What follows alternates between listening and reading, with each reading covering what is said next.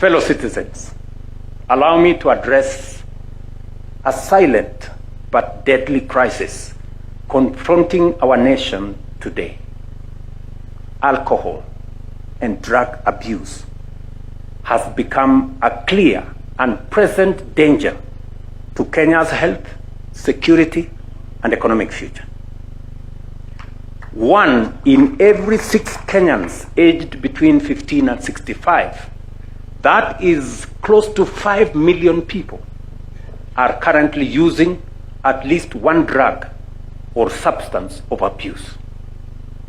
This is no longer a marginal issue. It is a national emergency. The burden falls heaviest on men and young people.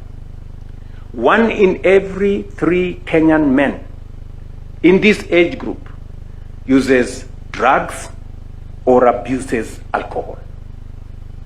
Among young adults aged between 25 and 35, our most productive population, 1 in every 5 is affected. Over 1.5 million young Kenyans are being pulled away from opportunity into dependency.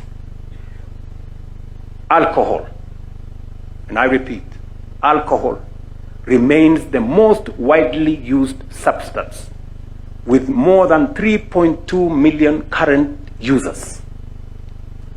Initiation often occurs between 16 and 20 years, and in some cases as early as 7 years, exposing children to lifelong harm before even adulthood begins. Kenya cannot grow, Kenya cannot compete or remain secure when millions are trapped in addiction. This crisis demands decisive national action. Accordingly, going into the new year, the government will confront alcohol and drug abuse as a national development and security emergency, backed by political will, expanded enforcement capacity, and coordinated action across government. We will establish a strengthened anti-narcotics unit within the Directorate of Criminal Investigations with operational capacity comparable to the anti-terrorism police unit. Fully resourced with modern surveillance, intelligence, forensics, financial investigation capabilities, the unit will operate as a permanent multi-agency formation, working closely with the National Authority for the Campaign Against Alcohol and Drug Abuse, NACADA, the National Intelligence Service, border management agencies, county governments, and international partners.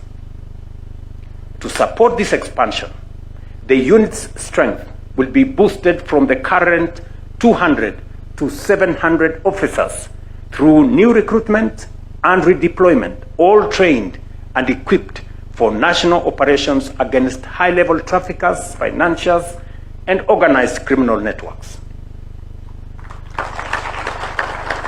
Asset tracing, seizure, and forfeiture will become central to every narcotics and illicit alcohol investigation.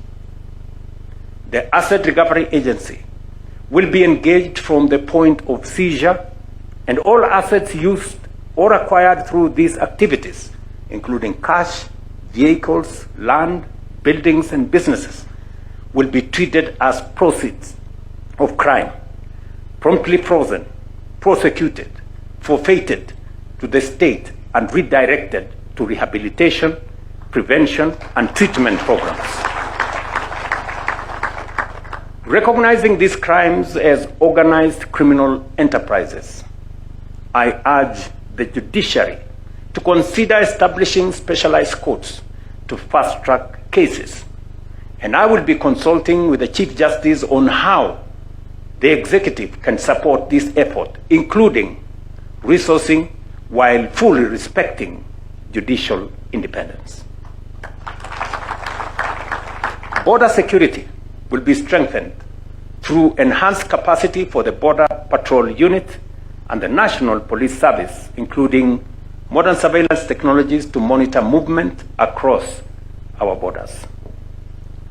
Finally, to safeguard integrity within the security agencies, any government official, including security officers, found culpable of facilitating, protecting, or colluding with drug traffickers or illicit alcohol networks will be prosecuted and dismissed forthwith from service. Fellow citizens, this struggle is deeply personal to me as president and as a parent. No law can replace parental guidance, community values, or early intervention in the lives of our children. As parents, we must choose to be present in the lives of our children. We cannot afford to delegate our children to others. We must guide them, protect them, and intervene early before addiction takes hold. If we fail to act, we fail our children and we fail the next generation. If we rise to this duty, we secure not only their future, but the moral strength and destiny of our nation.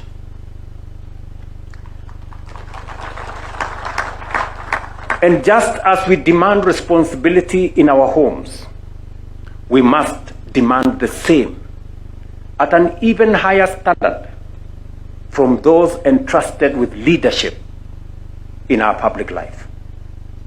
Leaders must lead from the front.